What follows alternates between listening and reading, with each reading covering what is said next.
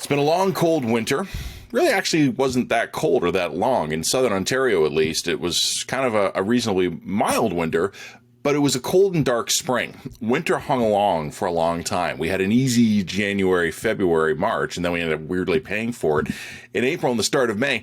But the beautiful weather has arrived, and you're probably wondering why I'm on a national website talking about the weather. Don't worry, this is not a meteorology thing. I'm not actually, auditioning to be a weatherman.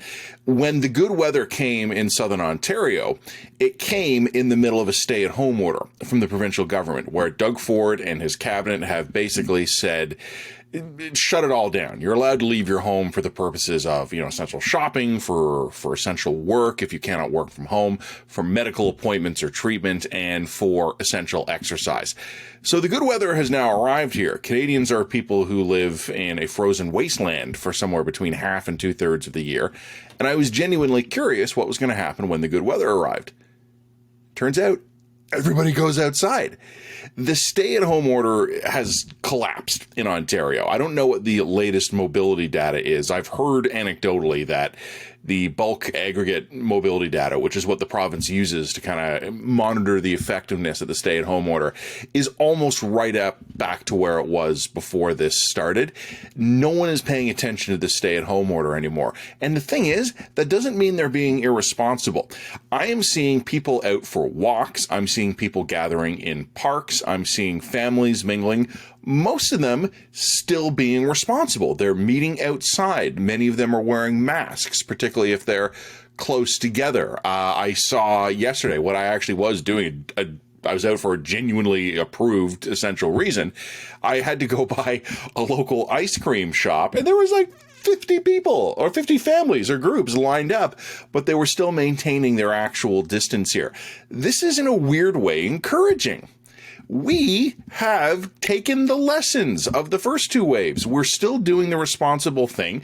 We're allowing the vaccines to get caught up. Ontario's vaccine take-up rates are fantastic, 1% of the eligible population a day.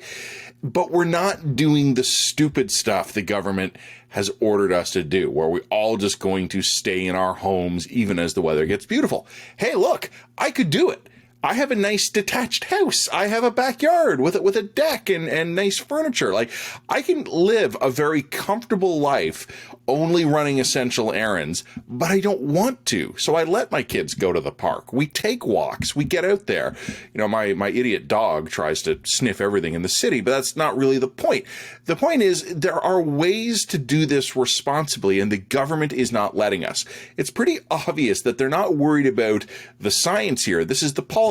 With the schools closed, the government worries about how they would look opening outdoor amenities. Golf courses, tennis courts, basketball courts, marinas, boat launches, things like that. They know it would be, why can some guy launch his boat and my kids can't go to school? Because launching a boat is fine from a public safety perspective. Opening schools when the vaccination campaign is not complete is at the very least controversial. The fact that we have to pretend to be stupid in order to actually indulge in the arguments that the government is listening to kind of suggests that the government has lost the plot on this one. Is it politically awkward to open golf courses before schools? Yeah, probably. But it's not actually inexplicable. And the fact that we have a government that is allowing political awkwardness to overcome the net well-being of its society is why go out in any big town or city these days, look around in Ontario, and you see that the society, the people, have largely tuned the government out. This is not about encouraging reckless behavior. Wear a mask when you can't distance. Distance when you can. Don't mingle in indoor gatherings yet. We're not quite there yet. The vaccine campaign's probably only a few weeks away from getting there, but we're not there yet. So be cautious, be responsible, be safe, and be smart, but get outside, which honestly is basically what the people are doing. And the big conclusion from that, in Ontario, the government has lost the people.